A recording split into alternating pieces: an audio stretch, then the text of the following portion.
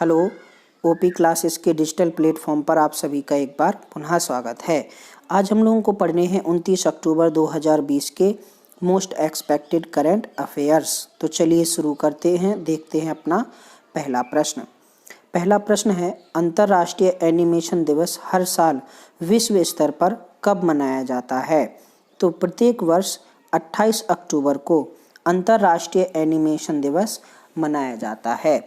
वर्ष 2002 में पहली बार अंतर्राष्ट्रीय एनिमेटेड फिल्म एसोसिएशन द्वारा अंतर्राष्ट्रीय एनिमेशन दिवस की शुरुआत की गई थी। चलिए देखते हैं हमारा आज का दूसरा प्रश्न। दूसरा प्रश्न है, पुस्तक Night of the Restless Spirits के लेखक कौन हैं? तो हाल ही में 12 अक्टूबर को Night of the Restless Spirits नामक पुस्तक प्रकाशित की गई, जिसके लेखक सरबप्रीत सिंह है। यह पुस्तक वर्ष 1984 में हुए सिख दंगों पर आधारित है। इस पुस्तक के बारे में यह कहा जा रहा है कि यह वास्तविक घटनाओं का काल्पनिक संस्करण है। इसमें कुल 8 अध्याय दिए हैं। Night of the Restless Spirits नाम की पुस्तक का प्रकाशन पेंगुइन पब्लिकेशन ने किया है। वर्ष 1984 में इंदिरा गांधी जी की हत्या उन्हीं के अंगरक्षक सतवंत सिंह और बेअंत सिंह ने 33 गोलियां मारकर कर दी गई थीं। इंदिरा गांधी की हत्या के बाद नवंबर माह में 1984 को सिख दंगे हुए थे, जिनमें 3000 से अधिक मौतें हुई थीं।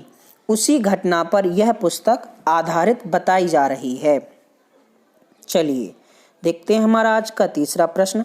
तीसरा प्रश्न है, NASA ISRO synthetic aperture radar यानी निशार उपग्रह को किस वर्ष लॉन्च किया जाना है? तो NASA ISRO synthetic aperture radar यानी निशार को वर्ष 2022 में लॉन्च किया जाएगा। निशार भारत तथा अमेरिका का एक अर्थ ऑब्जर्वेशन सैटेलाइट है, जो कि पृथ्वी पर होने वाली आपदा की सूचना बहुत पहले दे देगा।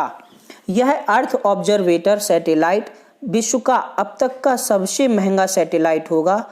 इस पर कुल 10,000 करोड़ रुपए का खर्चा आएगा। निसार नाम का यह सैटेलाइट बवंडर, ज्वालामुखी, भूकंप, ग्लेशियर, मानसून तथा अन्य सभी प्रकार की प्राकृतिक घटनाओं की जानकारी समय से बहुत पहले दे देगा। निसार का रडार 240 किलोमीटर तक की एरिया की साफ साफ तस्वीर ले सकता है। निसार पृथ्वी का एक चक्कर 12 दिन में पूरा करेगा तथा प्रक्षेपण के बाद 5 साल तक यह काम करता रहेगा। चलिए देखते हैं हमारा आज का चौथा प्रश्न। चौथा प्रश्न है, किस अंतरिक्ष एजेंसी की stratospheric observatory for infrared astronomy यानी सोफिया ने चंद्रमा की सनलाइट सतह पर पानी की खोज की है?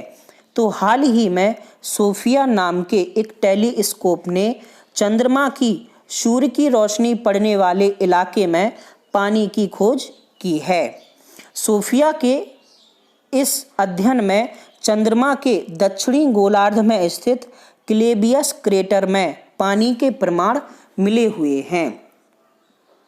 चलिए देखते हैं हमारा आज का पांचवा प्रश्न। पांचवा प्रश्न है, उस युवा बांग्लादेशी लड़के का नाम बताइए जिसने भारतीय सांस्कृतिक संबद्ध परिषद यानी ICCR द्वारा आयोजित वैश्विक कला प्रतियोगिता में $1000 का विशेष पुरस्कार जीता है। तो हाल ही में बांग्लादेश के अंजार मुस्तीन अली ने भारतीय सांस्कृतिक संबद्ध परिषद द्वारा आयोजित वैश्विक कला प्रतियोगिता में $1000 का विशेष पुरस्कार जीता है। भारतीय सांस्कृतिक संबद्ध परिषद ने competition United against corona express in art नाम की एक प्रतियोगिता का आयोजन किया था, जिसमें कुल 8000 कृतियां शामिल की गई थीं। चलिए देखते हैं हमारा आज का अगला छठवां प्रश्न।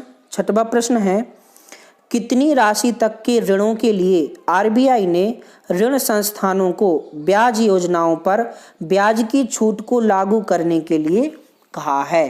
तो हाल ही में आरबीआई ने 2 करोड़ रुपए तक के ऋण के लिए ब्याज योजनाओं पर ब्याज माफी लागू करने का आदेश दिया है।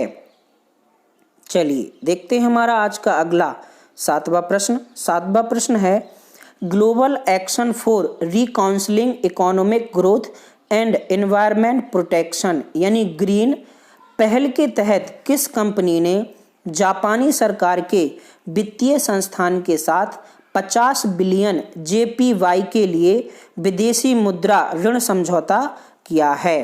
तो हाल ही में राष्ट्रीय ताप विद्युत निगम यानी national thermal power corporation NTPC ने जापान के वित्तीय संस्थान के साथ 50 बिलियन जेपीवाई के लिए विदेशी मुद्रा ऋण समझौता किया है। यह ऋण समझौता कुल 3582 करोड़ रुपए का है। चलिए देखते हैं हमारा आज का 8वां प्रश्न। 8वां प्रश्न है, गुरु तेग बहादुर की 400वीं वर्षगांठ मनाने के लिए भारत सरकार द्वारा गठित 70 सदस्यीय उच्च स्तरीय समिति का प्रमुख कौन है? तो हाल ही में केंद्र सरकार ने गुरु तेग बहादुर की 400वीं वर्षगांठ मनाने के लिए एक 70 सदस्यीय उच्च स्तरीय समिति का गठन किया है, जिनके अध्यक्ष भारत के प्रधानमंत्री नरेंद्र मोदी होंगे, जबकि सचिव अजय कुमार भल्ला को चुना गया है। बात की जाए गुरु तेग बहादुर की तो वे सिख धर्म के 9वें गुरु थे तथा इनका प्रकाशोत्सव 400वां प्रकाशोत्सव 1 अप्रैल 2021 को मनाया जाएगा। गुरु तेग बहादुर का जन्म 1 अप्रैल 1621 को हुआ था, जबकि इनकी मृत्यु 16 नवंबर 1675 को हुई थी। सिख धर्म के सभी गुरुओं के बारे में हमने एक लेक्चर बहुत अच्छे से बनाया है। सिख धर्म के सभी गुरुओं के बारे में पढ़ने के लिए आप ऊपर आई बटन पर क्लिक करके पढ़ सकते हैं। चलिए देखते हैं हमारा आज का 9वां प्रश्न।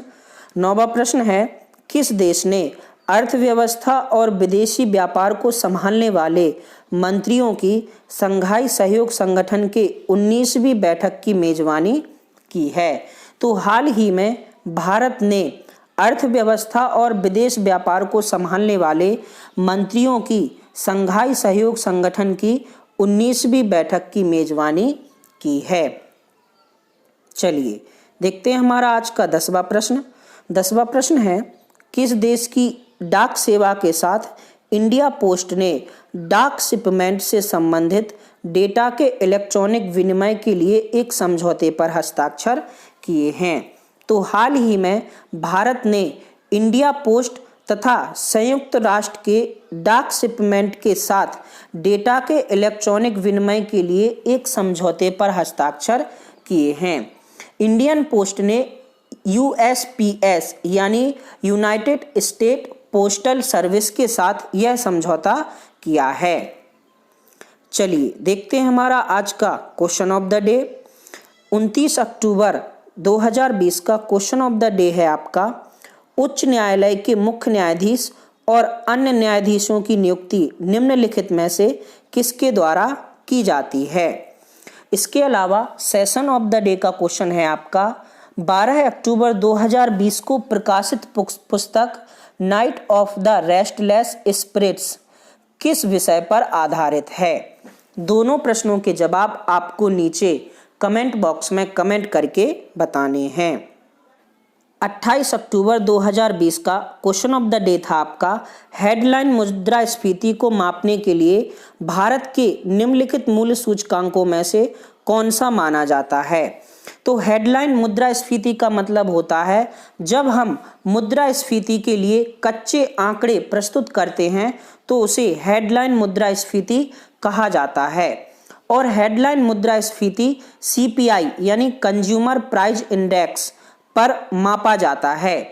अब इसमें सीपीआई एएलआरएल तथा सीपीआई आईडब्ल्यू दिया हुआ है। सीपीआई एएलआरएल का मतलब होता है consumer price index agricultural labour या फिर रूरल लेबर, जबकि सीपीआई आईडब्ल्यू का मतलब होता है सीपीआई यानी consumer price index, industrial workers. तो इनमें से दोनों का प्रयोग हेडलाइन मुद्रास्फीति के लिए किया जाता है।